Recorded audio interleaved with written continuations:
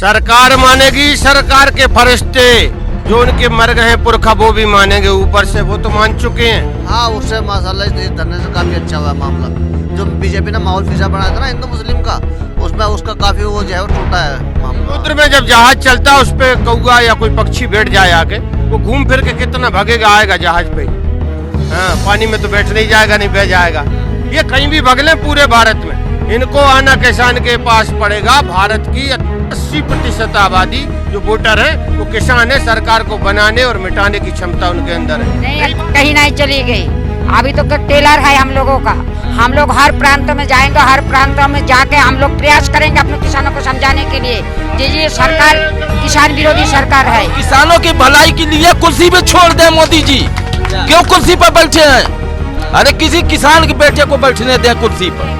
जब हम जिंदा रहते हुए हमारी अपनी जमीन हम अपने औलाद को नहीं दे सकते तो हम इन सरकार को कैसे दे दे अपने जमीन को? या तो होश में जाओ, नहीं 2022 में योगी का इलाज करूंगा। लेकिन नहीं करेंगे तो कुर्सी छोड़ के भागेंगे, ये दिल्ली छोड़ के भागेंगे, फिर गुजरात में जाके चाय बेचेंगे। अब ये ईवीएम से वोट करवाता है, अंगूठा लगवा के वोट डलवाए, देखिए कितने वोट मिलते हैं। यूपी में मेरे शादी हुई, यूपी की मैं बहू हूँ। मैं भी कलकत्ता में जाके बांग्ला में वहाँ के जनता को समझाऊंगी कि ये सरकार कितना भ्रष्ट है, ये सरकार किसान विरोधी है, ये सरकार किसानों को हित में कोई काम नहीं कर रही, ये सरकार किसानों को न्याय नहीं दे रही। किसान आंदोलन को 100 दिन से ज़्यादा का वक्त हो चुका है।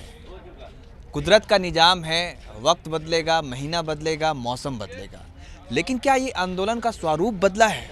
जो ठंड थी अब गर्मी आ चुकी है। गर्मी की तपिश कैसे झेल रहे हैं किसान, ये भी आज दिखाएंगे। और जो वक्त बदलता जा रहा है, दिन बदलता जा रहा है, मौसम बदलता जा रहा है, लेकिन क्या किसान की जो मांग है उसकी मांग पर सुनवाई हो रही है? उनकी जो दुख और तकलीफ़ है वो बदला? आज यही जानने के लिए हम आए हैं गाजीपुर बॉर्डर। आज यहाँ पे जानेंगे किसानों से कि वो कब तक इसी तरीके से डटे रहेंगे, पड़े रहेंगे और थमे रहेंगे।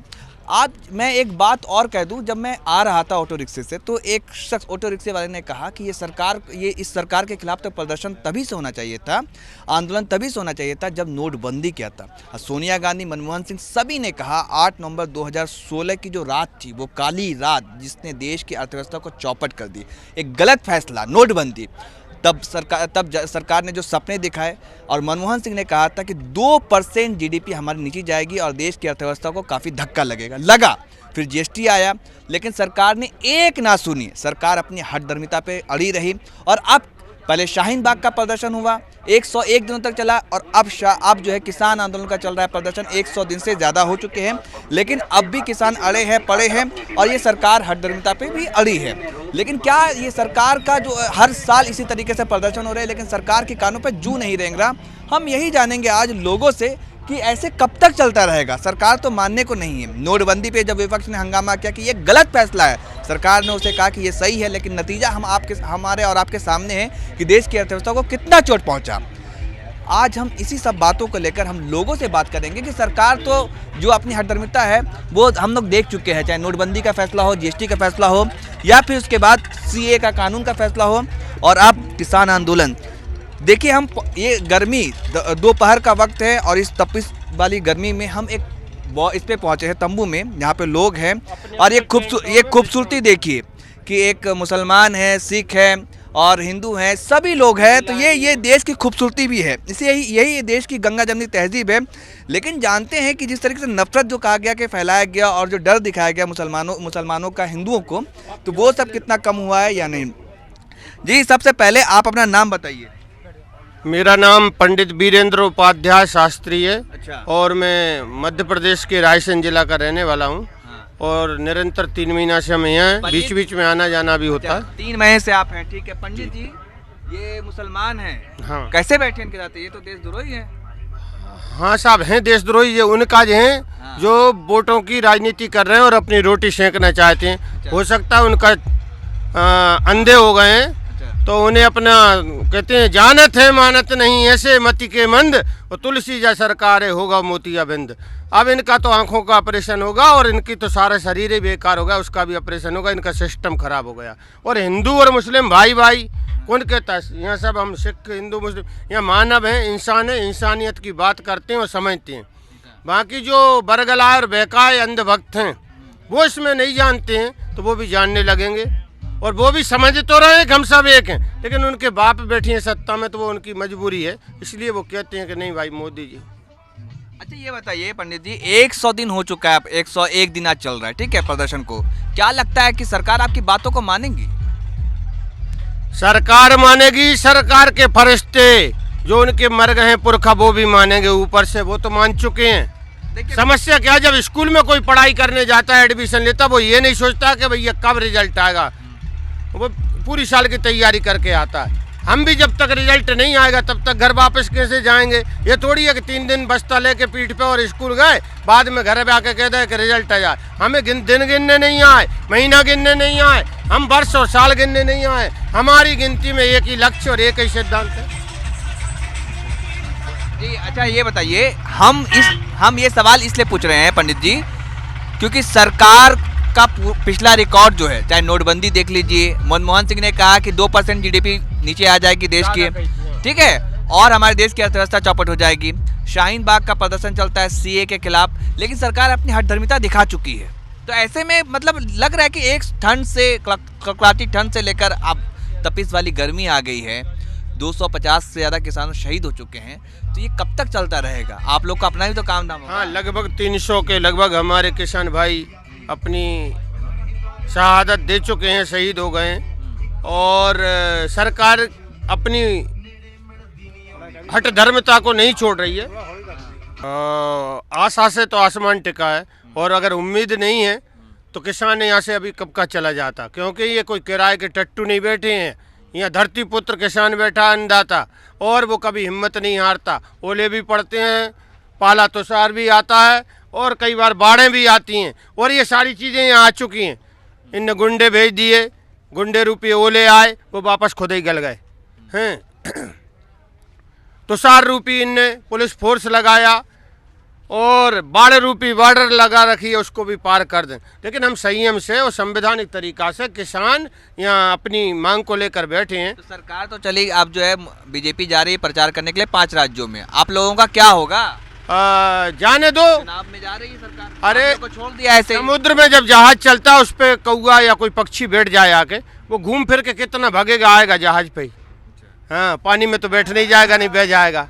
ये कहीं भी भगले पूरे भारत में, इनको आना किसान के पास पड़ेगा। भारत की 80% आबादी जो वोटर हैं वो किसान है, सरकार को बनाने और मिटाने की क्षमता उनके अंदर है। रही बात, हम दिन गिनने के ख्याल से बैठे नहीं हैं, हमारा लक्ष्य है कि कानून वापस हो, हमारी मांग पूरी हो, तो हमें दिन और महीनों से मतलब नहीं है। ठीक है, सरकार जब फ्री हो जाए आराम से आ जाए, मोदी जी अपना काम निपटा लें, 18 घंटे वाला 4 घंटे। हमें पता है 8 घंटे दुनिया में काम होता था, भारत में इनने 18 घंटे क्यों लाए? क्योंकि प्राइवेट में 18 घंटे जोतेंगे, सारी चीज़ें प्राइवेट, इसलिए इनने उसकी पहल करी है, ब्रांड एम्बेसडर बन गए 18 घंटे के। 18 घंटे करते क्या?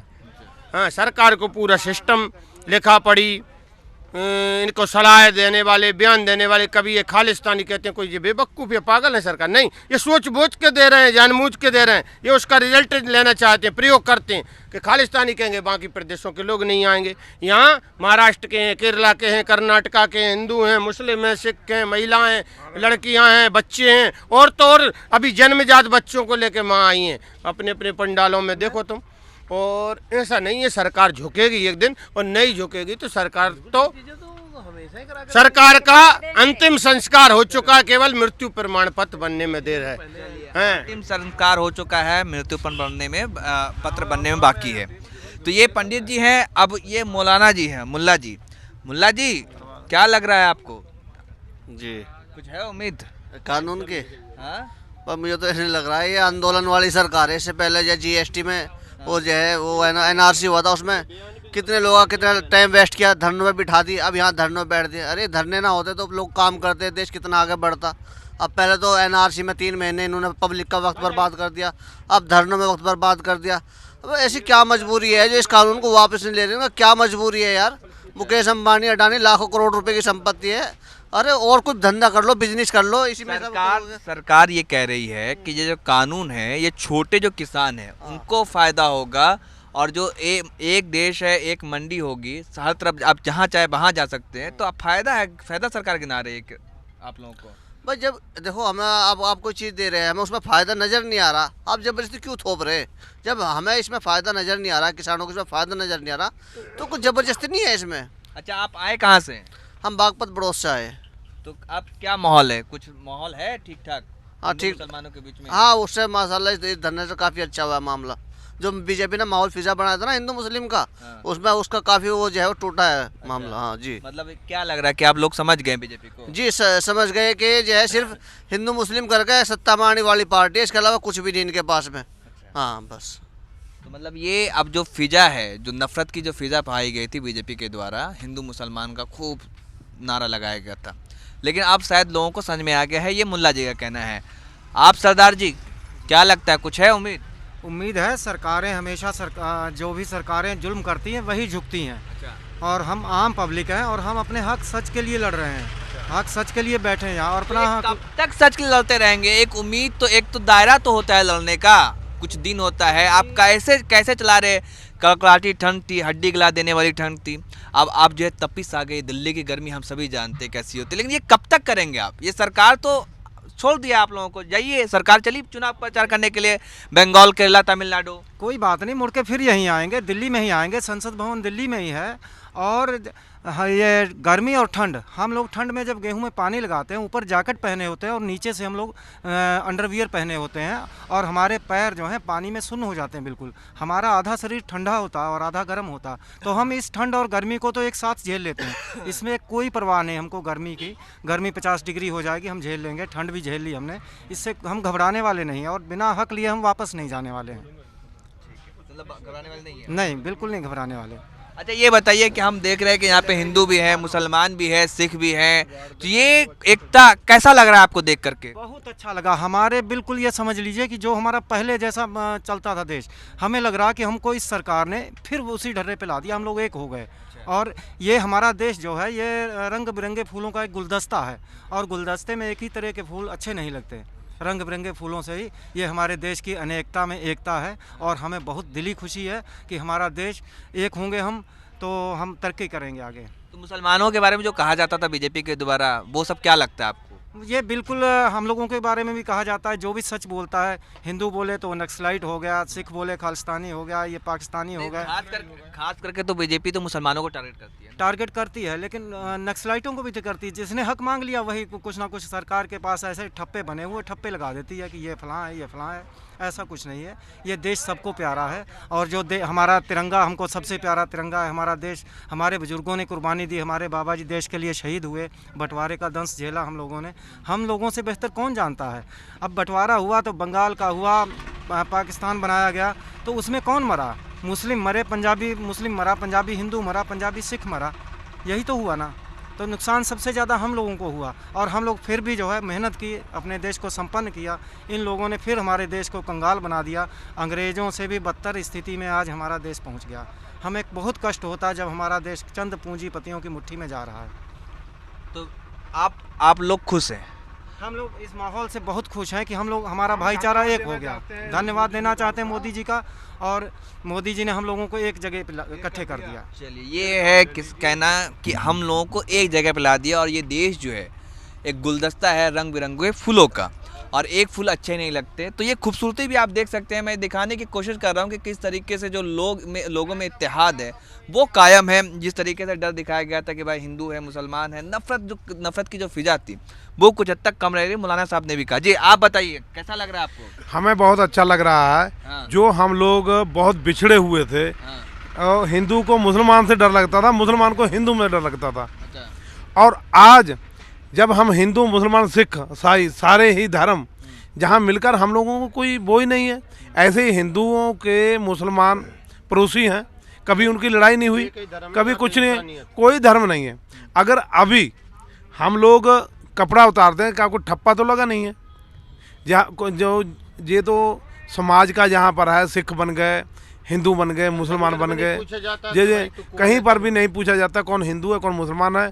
बहुत अच्छा लगा, सरकार को मैं बधाई देता हूँ कि इन्होंने हम लोगों को एक कर दिया। तो ये ठीक है, आप लोगों को एक तो कर दिया, लेकिन परिवार कैसे चलेगा, घर द्वार कैसे चलेगा? परिवार हमारा चल रहा है। जो हमारे गांव में लोग हैं वो हमारी खेती देखते हैं, और थोड़े दिन के बाद हम चले जाएंगे, बोलो ये यहाँ आ जाएंगे। तो इस तरीके से गांव-गांव हमारा लोगों का गांव का माहौल भी इतना बढ़िया बन गया है। जो लोग हम लोग मेड़ों के पीछे लड़ते रहते थे, आज आंदोलन की खातिर एक दूसरे का साथ देते हैं।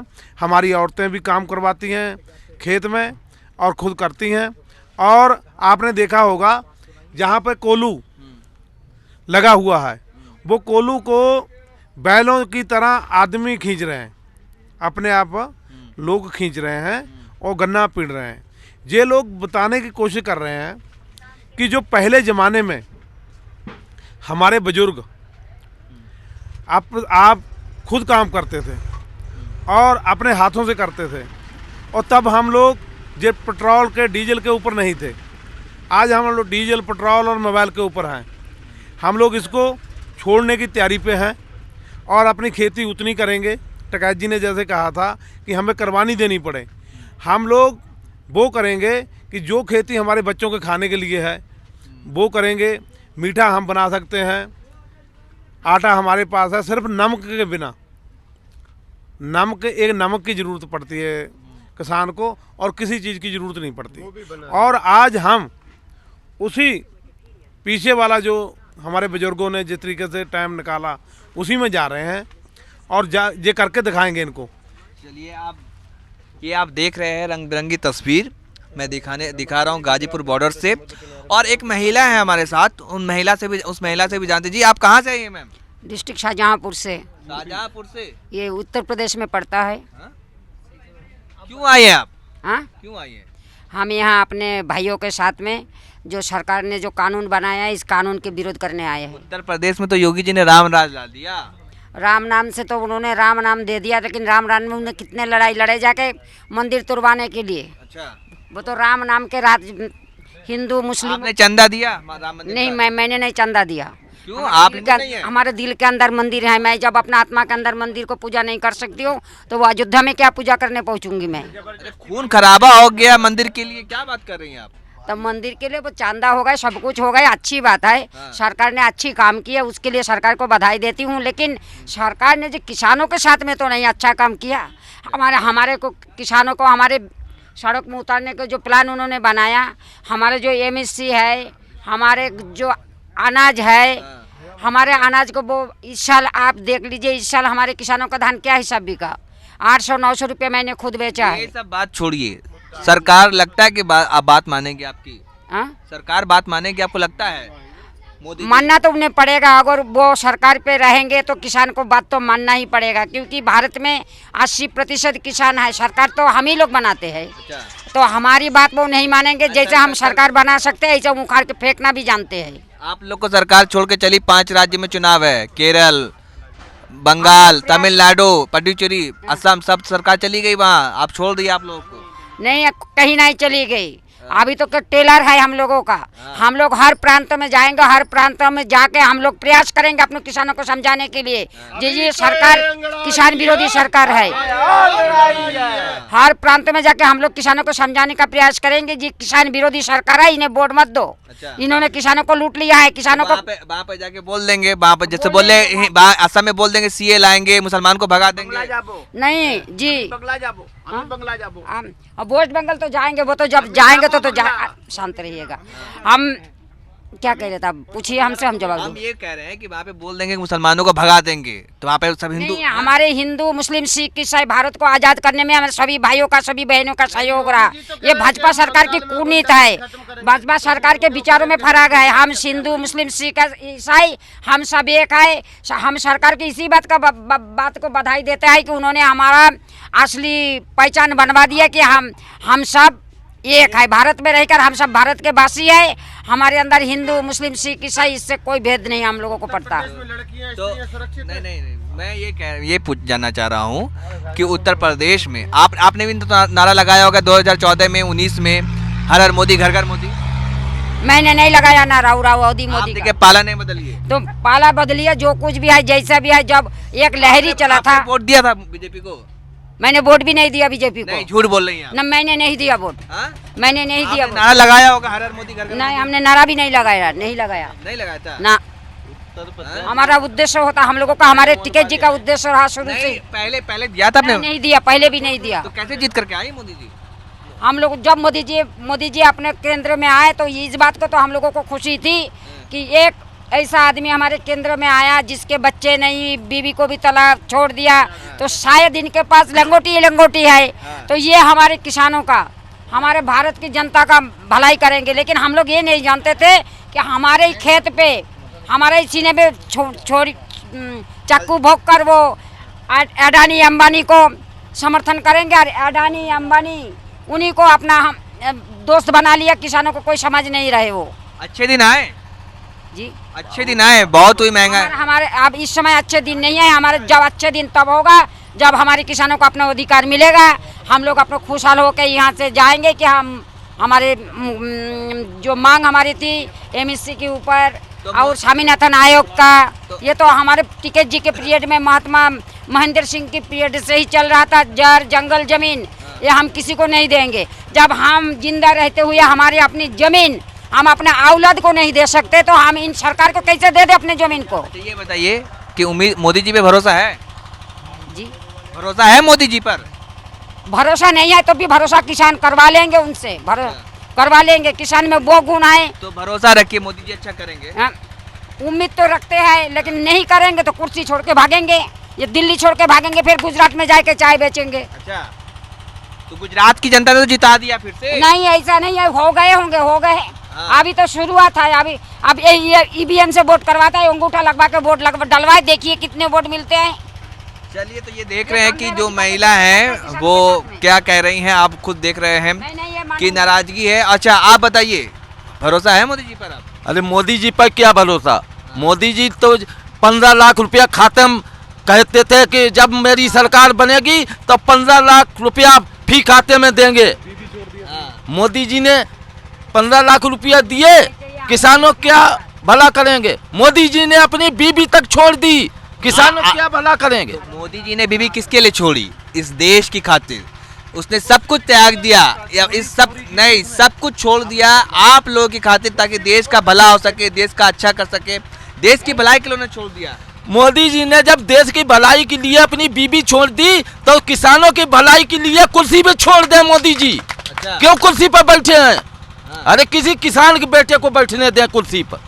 तो ये नहीं लग रहा कि वो कांग्रेस के जमाने से चला आ रहा था, राजा प्रजा बैठे थे वहाँ पे लोग, राजा महाराजा के बच्चे। अब एक चाय वाले का बेटा प्रधानमंत्री बना तो आप लोग कितना तकलीफ हो गया? अरे चाय बेचने वाला राजा महाराजा बैठे थे, लेकिन इतनी भेंट कभी सरकार ना आई है जितनी ये सरकार भेंट है, अब ना कभी आएगी। और इसने रेलवे बेच दी, हवाई अड्डा बेच दिए, इसने जमीन बेचने सारे सब किसानों को बेच रहा है। मैं ये कहना चाहता हूँ मोदी जी, या तो होश में आ जाओ, नहीं 2022 में योगी का इलाज करूंगा। धीरे धीरे का 2000, हाँ योगी की इलाज कर देंगे। योगी जी ने तो मंदिर बना दिया। कहाँ मंदिर बना दिया होगी? अयोध्या में। अयोध्या में मंदिर कोर्ट ने बनवाया, इन्होंने कोई मंदिर नहीं बनवाया। चंदा दिया? चंदा दिया? मैंने कोई चंदा नहीं दिया। आप नकली हिंदू हैं? नकली नहीं, मैं पक्का यादव हूँ, नकली हिंदू नहीं हूँ। और ना हिंदू हो ना मुसलमान है, हम किसान हैं, किसान के बेटे हैं। हाँ, तो चलिए, मैं दिखा रहा हूँ आपको ज़मीनी हकीकत, ज़मीनी सच्चाई। गाजीपुर बॉर्डर से 100 दिन पूरे हो चुके हैं, लेकिन अब भी किसान का जोश, जज्बा और जुनून लगातार जारी है और वही बरकरार है। तो ये दिखाने की मैं कोशिश कर रहा हूँ कि ये कब तक आखिर ये सिलसिला चलता रहेगा और कब आखिर किसानों का जो आंदोलन है वो थमेगा, रुकेगा, या यूं ही चलता रहेगा। मैंने आपको पहले ही बताया कि जो सरकार 2019 में नोटबंदी करती है, जीएसटी लाती है, लेकिन फिर भी वो अपने कानून पर अडिग रहती है। वो आपको याद होगा अमित शाह का वो बयान कि मैं 1 इंच पीछे नहीं हटने वाला। सीए कानून जब उन्होंने लाया था, जब प्रदर्शन हुए, यहाँ तक कि दिल्ली में दंगा तक हो जाता है। लेकिन आप देखिए बहरहाल होता क्या है, जब किसानों का प्रदर्शन चल रहा है, 100 से ज़्यादा दिन हो चुके हैं, ठंड से गर्मी आ चुकी है। यही कुदरत का निज़ाम भी है कि ठंड आएगा, बारिश आएगी, धूप आएगा, गर्मी आएगी, मौसम इसी तरह से बदलता रहेगा। लेकिन क्या कानून बदलेगा, ये हर किसी की निगाहें टिकी है। मैम, आप लोगों को कुछ उम्मीद लग रहा है? मोदी जी तो आप लोग को छोड़ के चले गए, अब 5 राज्यों में चुनाव है, बंगाल, तमिलनाडु, केरल, पुडुचेरी, असम में। तो वो कलकत्ता जा रहे हैं चुनाव प्रचार करने के लिए, आप लोग यहाँ बताती रहिए, करती रहिए प्रदर्शन, क्या हो जाने वाला? मोदी अभी पश्चिम बंगाल जा रहे हैं, आना तो खुड़खुड़ुआ को दूर बठिया तक है, उन्हें आना केंद्रों में ही लौट के है। वो प्रचार प्रसार करने गए अपने बीजेपी के लिए, हम लोग भी इसके बाद हम लोग भी अपना जाएंगे अपना प्रचार प्रसार करने के लिए कलकत्ते में। मैं भी बंगाली हूँ, बंगाली की लड़की हूँ, यूपी में मेरे शादी हुई, यूपी की मैं बहू हूँ। मैं भी कलकत्ता में जाके बांग्ला में वहाँ के जनता को समझाऊंगी कि ये सरकार कितना भ्रष्ट है, ये सरकार किसान विरोधी है, ये सरकार किसानों को हित में कोई काम नहीं कर रही, ये सरकार किसानों को न्याय नहीं दे रही। और इस सरकार में लड़कियों का जितना बलात्कार हो रहा है, जितना लड़कियों को अपहरण हो रहा है, जितना लड़कियों को साथ में दुराचार हो रहा है, ऐसे किसी सरकार में आज तक नहीं हुआ। आपको बांग्ला आती है? हाँ, बांग्ला मुझे आती है। क्या समझाएंगे आप जाकर? আমি কলকাতাতে গিয়ে বাঙালিদের এইটুকুই বুঝাবো যে আপনারা বাঙালি, আপনাদের এখানে মমতা ব্যানার্জির যে সরকার রয়েছে, আপনারা ভুল করে কখনো বিজেপিকে ভোট দিয়েন না। বিজেপি আপনাদের হিতের নাই। বিজেপি সরকার কিষাণ বিরোধী, কৃষক বিরোধী, গ্রাম সাইডের লোক, মানে গ্রামের সাইডের লোক আছে যারা খেতিবাড়ি করে, ওদের জন্য সরকার একদম বিরোধী।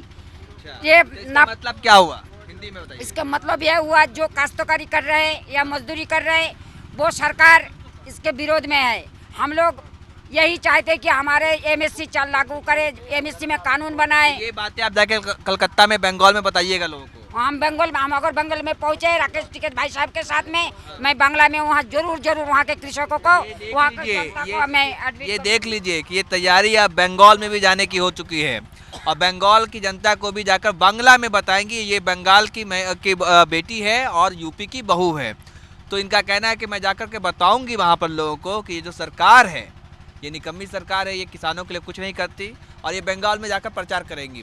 तो बहरहाल और लोगों से जानते हैं कि उन लोगों का क्या कहना है, क्या प्रतिक्रिया है, क्या लगता है मोदी जी करेंगे आप लोगों के लिए कुछ करेंगे? मोदी जी हर राज्य में उनकी सरकार होनी चाहिए, हर एक राज्य में उनकी सरकार होनी चाहिए, इस बात की फिक्र करते हुए। और मोदी जी किसी का दर्द या किसी का कोई परेशानी देखने वाले नहीं हैं, क्योंकि वो इतने बड़े पद पे हैं, उनको ज़रूरत ही नहीं है किसी नीचे देखने की। वो तो जब ऊंची उड़ान की ठान लेते कि 130 करोड़ जनता हमारा परिवार है, मेरा परिवार है। नहीं तो वो ये कह रहे हैं कि 130 करोड़ जनता जो हमारा परिवार है, तो परिवार के ऊपर इतना बड़ा बोझ डाल दिया कि पेट्रोल 100 रुपये बिकेगा और गैस, अगर वो रोटी बनाने वाला अगर औरतें अगर रोटी के लिए अगर परेशानी है उनको, तो 850-900 रुपये का सिलेंडर कैसे खरीदेंगी, जो 3 महीने में 225 रुपये बढ़े एकदम। ये बाहर कहाँ जाएगा, आमदनी तो बढ़ी नहीं है, आमदनी बढ़ी नहीं है और नुकसान सबका है। तो मोदी जी अच्छे दिन लाएंगे, आप लोग सब्र रखिए। तो कह तो रहे अच्छे दिन का यही तो है कि हम लोगों ने जैसे अपना बनाया था और हम लोगों को बुज़दिल समझ बैठे, वो अपनी राजनीति करके हमें फुटपाथ पे कर बैठे। तो इसलिए तो है कि वाकिफ नहीं हो मोदी जी तुम किसानों के मिजाज से, और कैसे आंसू गैस चला रहे हो, किस हिसाब से। तुम अपनी सत्ता के घमंड में इतना गुरूर मत करो। ये जंग अब भी जीतेंगे किसान अदालत के इंसाफ से, ये जंग अब भी जारी है और आज 100 दिन भये हैं, ऐसी कोई बात नहीं है। और जब तक हमारी मांगें पूरी नहीं हुई, जब तक सारा किसान अपनी उम्मीदों पर डटा रहेगा। उम्मीद पे ही हमेशा, भरोसे भी दुनिया चलती है, भरोसे ही पे चलती है। आप देख सकते हैं कि इनका कहना है कि भरोसे और उम्मीद पर दुनिया चलती है और इसी तरह से जंग जारी रहेगा और हम इसी तरह से डटे रहेंगे। हिटलर वाली सोच जो है उनकी कि मतलब हिटलर शाही जो मतलब किसी की भी नहीं चली, तो हिटलर शाही सोच मतलब किसी की भी नहीं चल सकती है। हिटलर शाही सोच बदल जाती है जैसे कि अमेरिका की सरकार बदल जाती है। तुम किसी मजदूर और किसान की बद्दुआ मत लो, नहीं तो बंगाल में एक ही बटन से सरकार बदल जाती है। तो बात सरकार बदलने की तैयारी कर रही है बीजेपी, तो किसान भी तो तैयारी पे लगा है। किसान भी इनका बहिष्कार करेगा, हर जगह जहाँ जहाँ राज्यों में चुनाव है वहाँ पे किसान जो है बहिष्कार करेगा। कोई भी बीजेपी का अगर अच्छे इरादे नहीं है तो उनको वोट नहीं मिलेगा। चाहे भारत के प्रत्येक प्रदेश की, राज्य की, अब जान चुके हैं इनकी असलियत। काट की हांडी बार बार नहीं चढ़ाई जाती, एक ही बार उपयोग हो गई इनके जितने जुमला और झूठ थे। और ये बंगाल में तो पढ़े लिखे लोग हैं, केरला में पढ़े लिखे समझदार हैं, अब बहकावे में नहीं आएंगे। और वो समझ चुके हैं 7 साल में इनने कितने अच्छे दिन लाए। यूपी में लड़कियों के साथ बलात्कार करके जला दिया जाता है और ये कह रहे हैं हम गंडाराज खत्म करेंगे। भैया पहले यूपी को सुधार लो आप योगी जी, और मोदी जी कहते हैं वो गुजरात में भी एक आत्महत्या कर लिया, उसने छलांग लगा दी, कोई लड़की ने डूब के मर गई। ये आपने एक और प्रश्न करा था, कुछ पूछा था कि मेरा परिवार है, मोदी जी कहते हैं सभा करो।